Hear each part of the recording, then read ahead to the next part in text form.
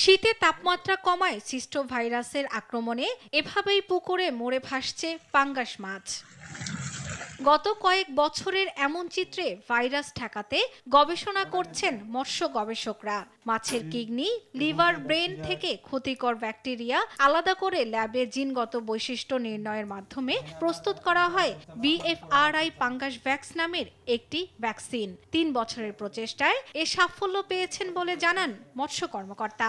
মাঠ পর্যায়ে vaccination trial চালাচ্ছি, সেখানে আমরা দেখি কোনো ধরনের মাছের রোগে আক্রান্ত হয় না। আমরা দেখি সর্বোচ্চ 5 থেকে 7% পর্যন্ত মর্টালিটি।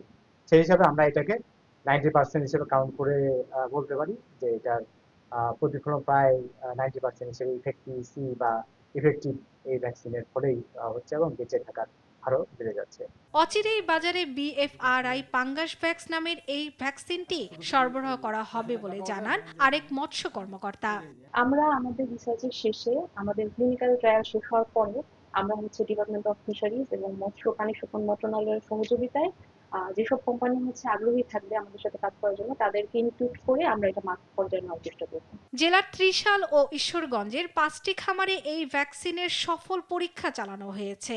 এর ফলাফলে ঘুরে দাঁড়ানোর প্রতীক্ষা খামারিদের। 15-16 বছর আগে যে হারে মাছ মারা যেত এখন কিন্তু আর ওইভাবে মারা যায় না। 3 বছর ধরে আমরা যে ভ্যাকসিনের ফোনা ব্যবহার করতেছি বা ভ্যাকসিন ব্যবহার করতেছি, এখন কিন্তু মোটামুটি মাছগুলা ঠিক থাকে আর খামারে তেমন একটা রোগ প্রতিরোধ খুবই কম। সে পর্যায়ে পেলে তো আলহামদুলিল্লাহ চাষিরা লেগে অনেক ভালো। 1 লাখের মতো পোনা এখনো আছে। কি আল্লাহর মতো এখনো মৃত্যুর হার এরকম বোঝা যায় না।